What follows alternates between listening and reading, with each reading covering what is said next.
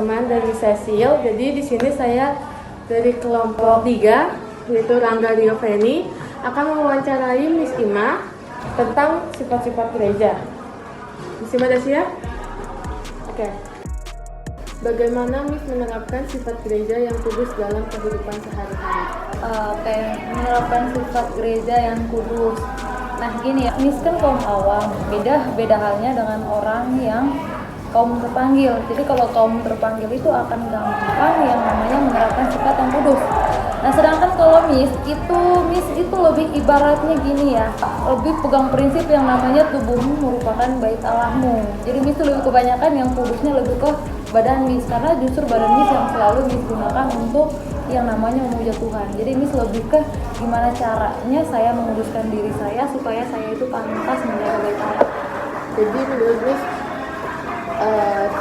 yang kudus itu adalah diri kita sendiri, iya, sebagai bait Allah. Iya betul. Kalau misalnya kamu kudus, berarti dengan sendirinya orang-orang di sekitaran kamu juga pasti akan menjaga dirinya juga. Bagaimana usaha-usaha dan bentuk kekudusan dalam hidup umat Katolik?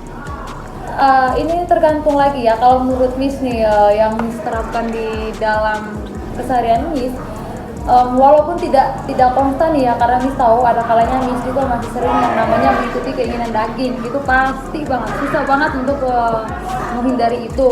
Nah Miss itu biasanya lebih ke doa walaupun nggak konstan. Misalnya gini ya, dalam keseharian Miss juga sadar banget Miss itu nggak pernah bilang yang namanya luput dari yang namanya dosa. Misalnya kadang suka marah, suka nyubit kalian.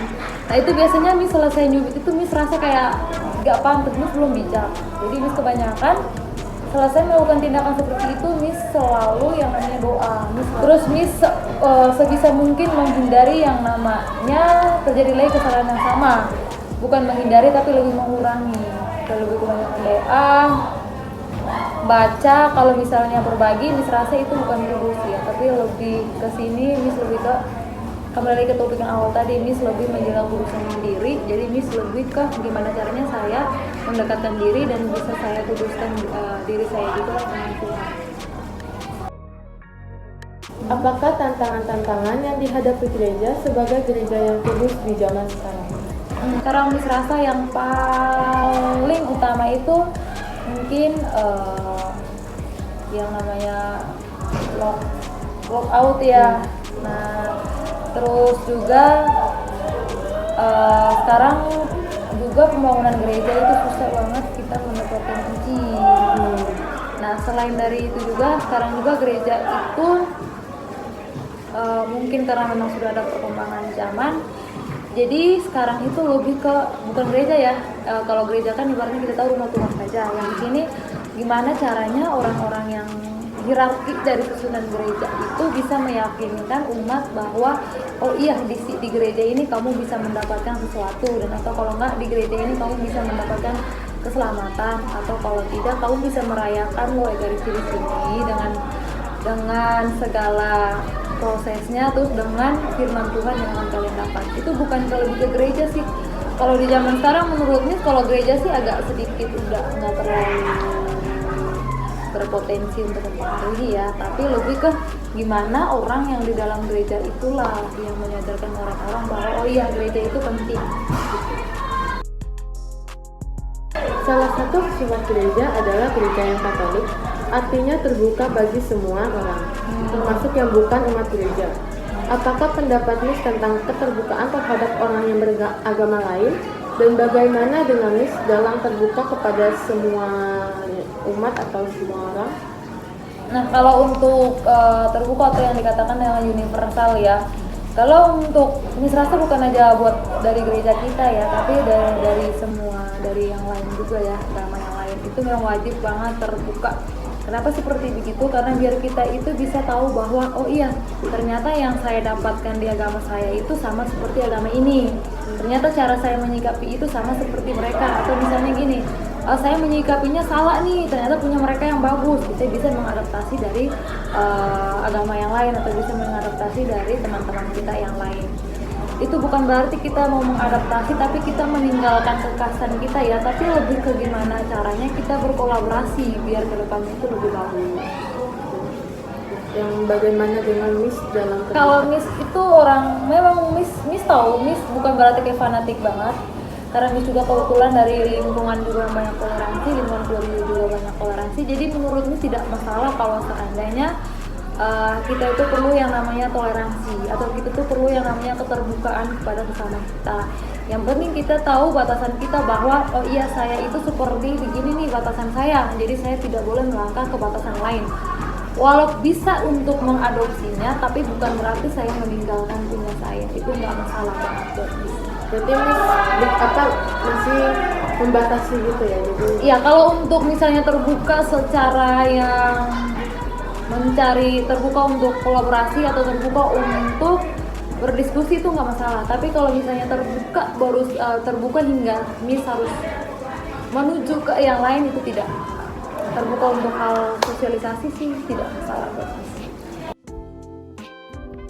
bagaimana cara Miss mewujudkan kekatolikan dalam gereja di masyarakat? Gereja di masyarakat mungkin sekarang agak sedikit kurang ya, karena Miss juga kebetulan tinggalnya di kaum minor, dan Miss juga tidak terlalu aktif lagi sekarang. Beda halnya waktu Miss masih berada di kampung ya, karena memang mayor kan. Nah, buat cara menunjukkan kekatolikan ya dengan cara yang misalnya Miss itu berteman sama siapapun, mau dari kalangan manapun, mau dari orang yang beragama apapun, itu Miss selalu welcome untuk siapa aja. Nah, karena memang dari Katolikan kita sifatnya itu kita terbuka, dan satu lagi kita kan selalu pegang yang namanya ajaran dari Kristus kan, cinta kasih. Jadi walaupun Miss kita beda, walaupun Miss itu beda sama yang satu, tapi kita Miss itu selalu yang namanya selalu memberikan yang terbaik ya. Belum tentu, walaupun dalam kehidupan sehari belum tentu yang kita kasih itu orangnya baik, tapi Miss lebih ke orangnya yang kalau udah ngasih ya udah, intinya saya udah memberikan yang terbaik, saya udah menerapkan yang namanya dalam ajaran saya cinta kasih. Misalnya mau diterima atau tidak itu tidak masalah kok, lebih welcome. Apakah keuntungan Miss menjadi Katolik? Keuntungan Miss menjadi Katolik sejauh ini yang Miss rasakan ya, yang pertama, Miss itu susah banget yang namanya terpengaruh ke orang. Karena Miss tahu pasti bahwa rules dalam agama Katolik saya ini seperti begini, apa yang harus saya lakukan dan apa yang tidak boleh saya lakukan. Terus yang kedua, Miss juga menerapkan yang namanya apa yang saya katakan sebisa mungkin saya berusaha untuk menempatinya. Walaupun tidak 100%, tapi yang saya katakan itu yang harus saya lakukan. Ibaratnya seperti misalnya kayak Miss sering kasih contoh ke kalian, yang kayak untuk anak gadis yang Miss bilang, ingat walaupun Miss sudah usia segini juga Miss benar-benar masih tetap menjaga tubuh Miss yang seperti baik Allah tadi. Nah, setidaknya dengan Miss kasih contoh kalian bisa ikut. Berarti keuntungan Miss itu Kalau keuntungan buat Miss itu terbuka untuk hal apapun, mau komunikasi dengan siapapun Miss terbuka. Nah, terus yang kedua itu Miss itu lebih tahu menempatkan diri bahwa batasan dalam agama saya seperti begini. Dan Miss juga dalam hal bertindak juga Miss bisa mikir bahwa oh iya, ini yang saya lakukan ini benar, ini yang saya lakukan tidak benar. Ini yang saya lakukan diizinkan, dan ini yang saya lakukan tidak boleh, yang tidak diizinkan dari agama saya. Walaupun Miss agak sedikit frontal, tapi kalau untuk hal agama itu Miss agak sedikit keras untuk diri Miss sendiri. sekian wawancara dari kami. Terima kasih Miss.